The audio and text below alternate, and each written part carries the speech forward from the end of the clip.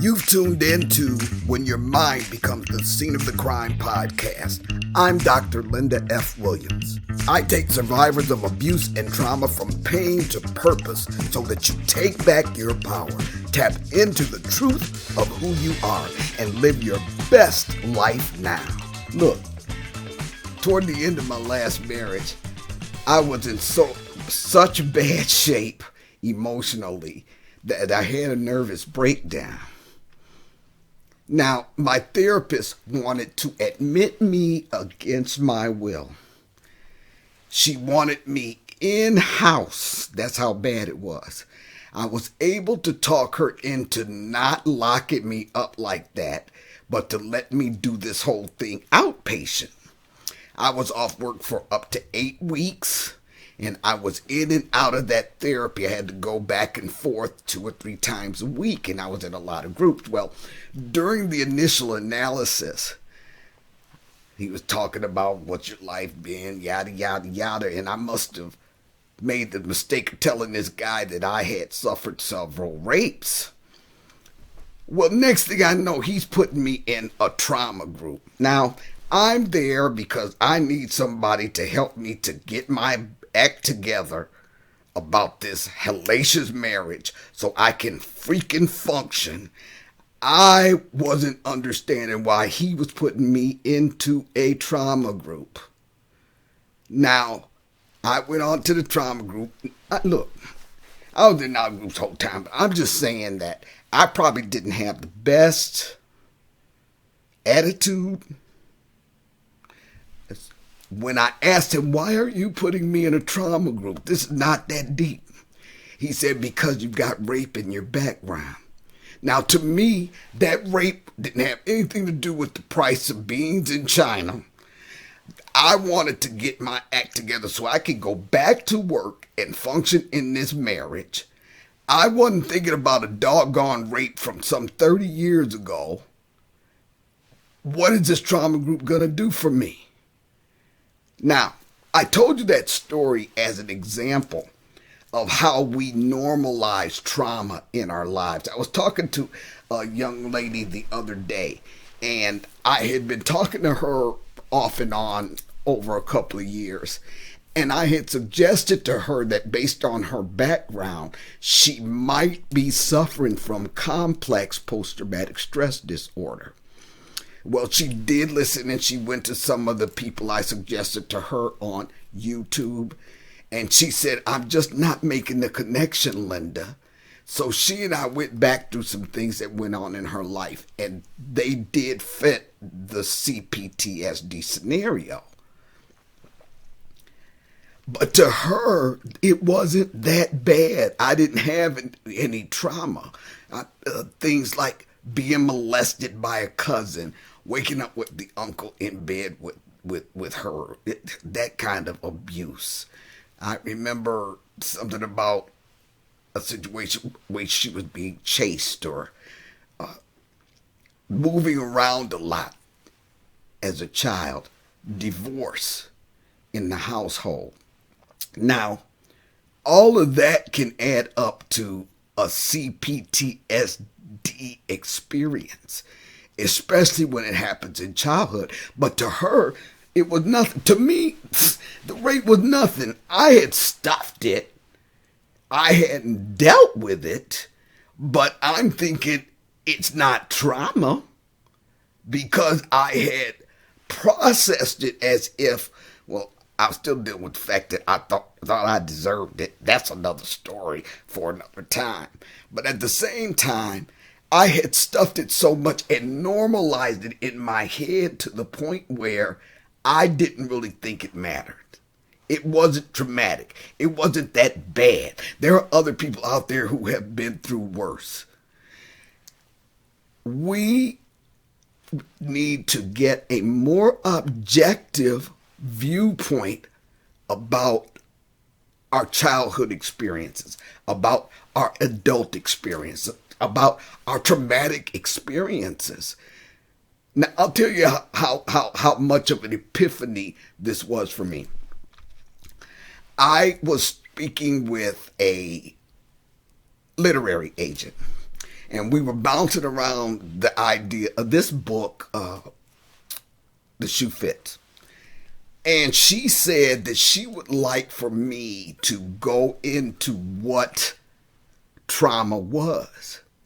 Now, I pushed back saying, well, this book is not directed at people who need to be taught about trauma. This is directed at people who have been through trauma. They already know what it is, but I was so wrong. I was so wrong. Just the fact that I had normalized several rapes in my life to the point where I didn't think that it had anything to do with how I was processing my current life. And so it may be with many of you. We are strong people. We have to have been strong in order to have survived the trauma we went through. But we normalize it. I've had women tell me who had been molested as kids that, well, I don't think that it was really trauma because my body responded to it. I enjoyed it. Well, then with that comes the false shame.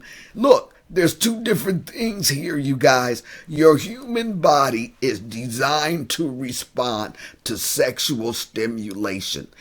Just because your body will respond to that does not mean that you deserved it, that you were able to push it away, that you knew enough as a child to even view it as abuse. You probably felt like it was wrong, but you're also dealing with these threats that if you tell, then I'll this and I'll that, or you got the nerve to tell an adult who poo-pooed you away and tried to shove it under the carpet, which adds to your false shame.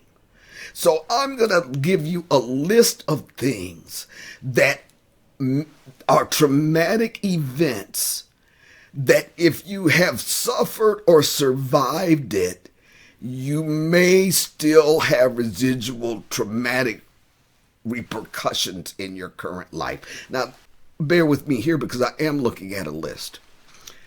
If you've ever been through natural disasters such as tornado or hurricane or fire or flood, that's a traumatic event. If you've experienced sexual assault, that's traumatic. Physical assault, that's traumatic. If you've witnessed a shooting or stabbing or witnessed someone being killed, you may qualify for having had a traumatic history. Sudden death of a parent or a trusted caregiver. Hospitalization, especially long term. Now, that's something I never thought about. My hiney was in and out of the hospital, looks like every year from the age of 3 to 6. I remember being in oxygen tents, being in the hospital for long periods of time. And then I was born with a birth defect of my hands that I had 2 childhood operations for that. I had my tonsils and adenoids taken out, and I was always with pneumonia. So, hey, look, I never even chalked that up as being traumatic. But I went through that, and I've normalized that to the point where I didn't view it in my adulthood and in hindsight as trauma.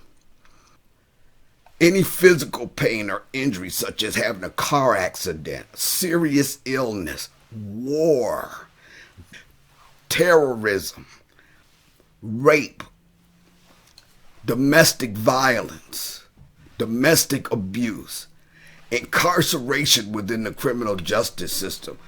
If you experienced any of that, then you qualify as having suffered trauma.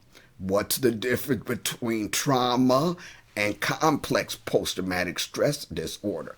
Well, you're going to have a post-traumatic stress response to any of the things that I listed here, but it becomes a complex post-traumatic stress disorder when it occurred over a long period of time. It was a situation where you had no control over domestic violence, childhood abuse. Whether it's CPTSD or PTSD, it's trauma. And that thing could be playing out in our current lives without our even recognizing that that's what's going on.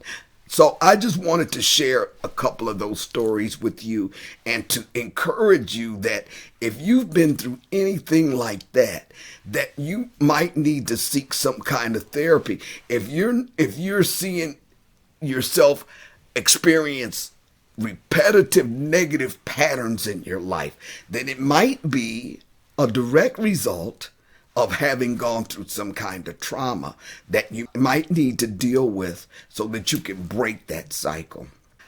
I hope this was helpful to you today. I'm Dr. Linda F. Williams, and you know what I'm going to say. Always remember that your greatest power is realizing the truth of who you are. Know that truth. Thank you for joining us today for When Your Mind Becomes the Scene of the Crime podcast. To contact Dr. Linda, just go to whosapple.org. That's WHOSEAPPLE.org.